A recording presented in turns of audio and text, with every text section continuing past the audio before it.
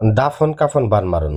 শত্রুকে যদি আপনি দাফন কাফন করতে চান, শত্রুকে শেষ করতে চান, পথের কাঁটা দূর করতে চান, অনেক কবিরাজকে অনেক টাকা পয়সা খাওয়াইলেন, অনেক কিছু করলেন, করতে পারেন নাই।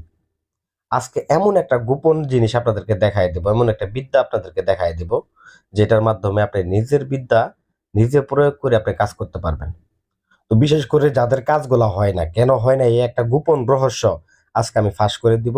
ভিডিওটা প্রথম থেকে শেষ পর্যন্ত দেখবেন, তাহলে বুঝতে পারবেন কিভাবে বান মারা কাজগুলা করলে অ্যাকুরেটলি আপনারা ফলাফল পাবেন।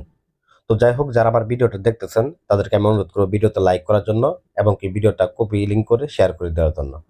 তো যাই হোক, স্ক্রিনে দেখতে পাইতেছেন একটা বান মারা নকশা এখানে দিছি আমি, এবং একটা কাফনের কাপড় দিয়ে একটা পুতুলকে আমি এখানে ঢেকে রাখছি। তো এটা মূলত দেখা গেছে শত্রু। তো ইদ্রিস নামক একটা ব্যক্তিকে আমি বান মারতেছি, যে কাজটা মূলত দেখা গেছে একটা ভাইয়ের দিছে, আমি ভাইটার নাম বলতেছি না। তো যাই হোক, এটা একটা লন্ডনে এক ভাইয়ের কাজ। তো বিশেষ করে এই কাজটা করার পূর্বে আমি আপনাদের দেখাইতেছি, এটা কিন্তু ২ বাজেটে কাজ করা যায়। এটা একটা বড় বাজেটের কাজ। কিন্তু এটা ছোট বাজেটে কিভাবে আপনি শেষ করবেন এইটা উপায় আমি আপনাদেরকে বলাইতেছি। তো এই কাজটা বড় বাজেটে যদি করা যায় একটু বেশি খরচ পড়ে যায়, কিন্তু আপনি কম খরচের মধ্যে নিজের কাজ নিজে সমাধান করতে পারবেন। একদম অল্প খরচে, এটা আমি বলাইতেছি। তো প্রথমত বিষয় হচ্ছে এই নকশাটাকে আপনাকে নিতে হবে। নকশাটা বড় আকারে আমি ভিডিওর শেষের দিকে আমি দিয়ে দিব। আপনারা ভিডিওটা দেখতে থাকেন, পায়ে যাবেন মাঝখানে। যারা ভিডিও দেখবেন না তারা নকশাও পাবেন না, নিয়মও পাবেন না। দেখবেন সারা জীবন শুধুমাত্র ভিডিও দেখে যাবেন, কোনো সমাধান পাবেন না। তো যাই হোক, স্ক্রিনে লক্ষ্য করেন, এই যে নকশাটা নিয়েছি, এই নকশাটা অঙ্কন করার ক্ষেত্রে অবশ্যই শত্রুর নাম, শত্রুর বাবার নাম এর মধ্যে লিখে নিতে হবে। তো প্রথমত শত্রুর নাম, শত্রুর বাবার নাম নিয়ে যে কোনো শনিবার অথবা মঙ্গলবার দিন অথবা ভালো দিন বুঝে, আমাবস্যা লগ্ন বলেন, সাধারণ লগ্ন বলেন, তো এইরকম ভালো লগ্ন বুঝে আপনারা বসবেন আসন করে, উত্তর দিক করে আসন করে বসবেন।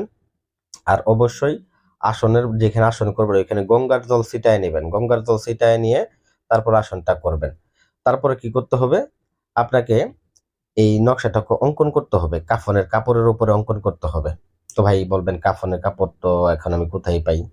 ভাই কাফনের কাপড় আপনার কবিরাজের দোকানেও যান, তারপরেও কাফনের কাপড় ওইখানে কিনতে পাবেন, ওইখানে কিনতে পাওয়া যায়। আসলে দুনিয়াতে এমন কোনো জিনিস না যে কিনতে পাওয়া যায় না। যদি আপনি কাফনের কাপড় একেবারেই না পান, যদি শত্রুর কাপড়ের কোনো কাপড়ের টুকরা থাকে আপনার কাছে, ওইটার উপরে এই নকশাটা অঙ্কন করতে পারেন, আরো ভালো কাজ করবে এটা। তো যাই হোক, ওই কাপড়ের টুকরার মধ্যে এই নকশাটা অঙ্কন করে শত্রুর নাম, শত্রুর বাবার নামটা ভালো করে লিখে নেবেন। আর তার পূর্বে আপনাকে যে কাজটা করতে হবে, আসনের মধ্যে বসার পূর্বে আপনি অবশ্যই ৩টা কবর থেকে আপনারা ৩ মুঠ মাটি নিয়ে আসবেন, এবং ওই ৩ মুঠ মাটি দ্বারাই একটা পুতুল বানাইতে হবে আপনাকে। একটা পুতুল বানায় নিয়ে তারপর মতো দেখা গেছে ওই পুতুলটার মধ্যে এরকম একটা নকশা অঙ্কন করে নাম লিখে ওর ভিতরে ঢুকায় দিবেন, এবং আর একটা নকশা পরবর্তীকালে অঙ্কন করে ওইটাকে লাল সুতো দ্বারা পেঁচায় রাখবেন। ব্যাস এতটুকুই কাজ।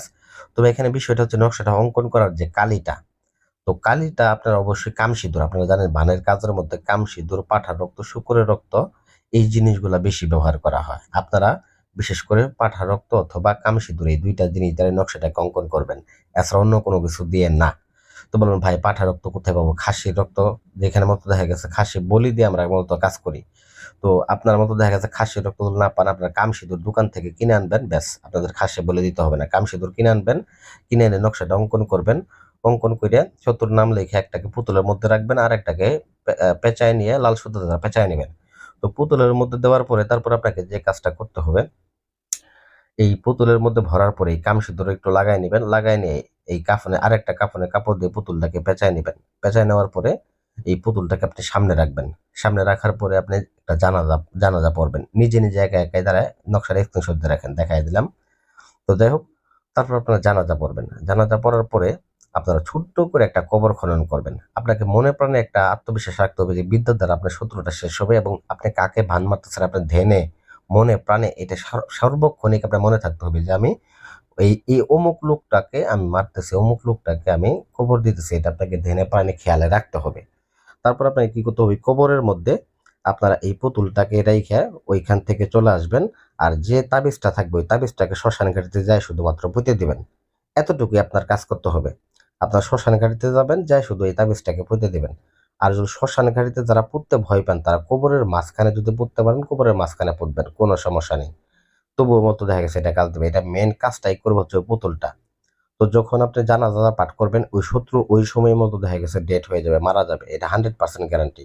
যদি পারেন এই পুতুলটার মধ্যে ওই শত্রুর ছবিটা বসায় দিবেন, তাহলে আরো বেশি ভালো কাজ করবে। এটা আপনি দেশ থেকে করেন, বিদেশ থেকে করেন, যেখান থেকে করেন 100% কাজে লাগবে। ধন্যবাদ সবাইকে। ভিডিওটা ভালো লাগলে ভিডিও লাইক করবেন, চ্যানেলটা সাবস্ক্রাইব করবেন।